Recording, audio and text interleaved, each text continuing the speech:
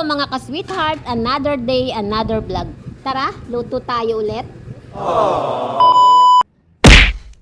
Mga ka-sweetheart, turuan ko po kayo kung anong masarap na gawin sa pampano. Para naiiba naman, ayan na nga po at tapos ko nang malinisan ng pampano.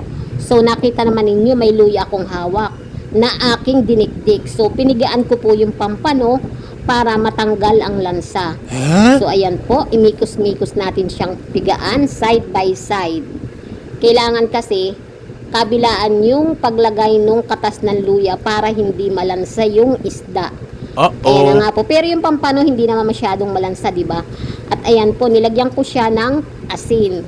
Kunting asin. And then, imamarinate natin siya dyan ng mga half hour. Hayaan lang natin siyang nasa rep. Na may timpla. At isinama ko din po yung luya na dinikdik ko hanggang nakababad siya. Na ilalagay ko lang po siya sa rep. Ayan po mga ka-sweetheart. Ayan. At mayroon na din po akong onion leaves. So, kailangan natin siyang linisin. Tanggalin yung mga ugat-ugat. Ayan po. Lilinisin ko lang siyang mabuti. At tatanggalin ko yung mga matatanda ng dahon para maganda. Ayan po mga ka-sweetheart. Para naman po naiiba, hindi yung puro na lang prito, puro na lang paksiw, diba? Ayan po, try nyo po itong lutuin sa inyong mga bahay mga ka-sweetheart na kung hindi kayo magsisisi. Alam nyo, itong apat na niluto ko, grabe, wala talagang nagtira. At ayun nga po, nalinis ko ng mabuti yung onions. So, in-slice ko lang po siya ng 3 hati, bawat isa. So, ayan po, hinati-hati ko na. Malalaki po yung slice niya. Pinagtatlo ko lang po yung isang puno.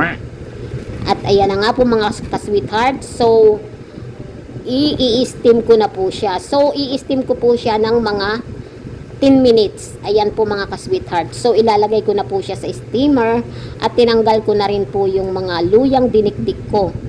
So, 2 steamer po yung gagamitin ko kasi malaki yung pampano. Hindi magkakasya sa isang steamer. So, ang ginamit ko po ay 2. Ayan, mga ka-sweetheart. So, ngayon, ilalagay ko na siya at lulutuin ko na siya ng 10 minutes, mga ka-sweetheart. So, ayan, nakasalang na po siya.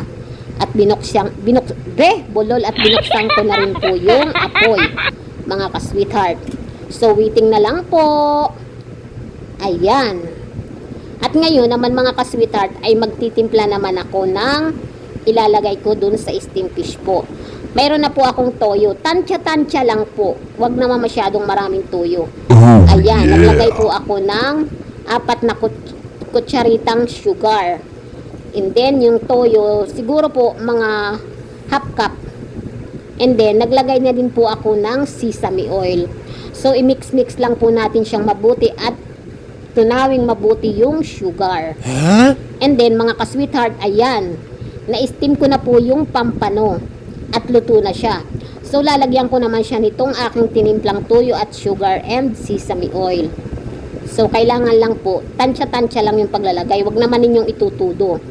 Ayan, kita naman ninyo, lalagyan ko na siya. So, after ko po siya ulit ma-steam ng mga 3 minutes, nilagay ko naman yung dahon ng onion sa ibabaw. And then, i-steam ko po ulit para malantay yung onion leaves. So, ayan po. 2 minutes ko na lang po siyang in-steam. Ayan, mga ka-sweetheart. At luto na. So, ready to serve and ready to eat, mga ka-sweetheart. So, ayan na nga po. At nilalagay ko na sa malaking bandihado para i-serve na. At yan po yung dinner namin. So, yung sauce po, ilalagay ninyo sa ibabaw. And then, yung nagtirang sesame oil na pinakuluan ninyo, ilalagyan ninyo bawat isa yung pampano. Oh my God! Ayan, mga ka-sweetheart, oh. Grabe, itry nyo po. Napakasarap. Thank you for watching, mga ka-sweetheart. We love you.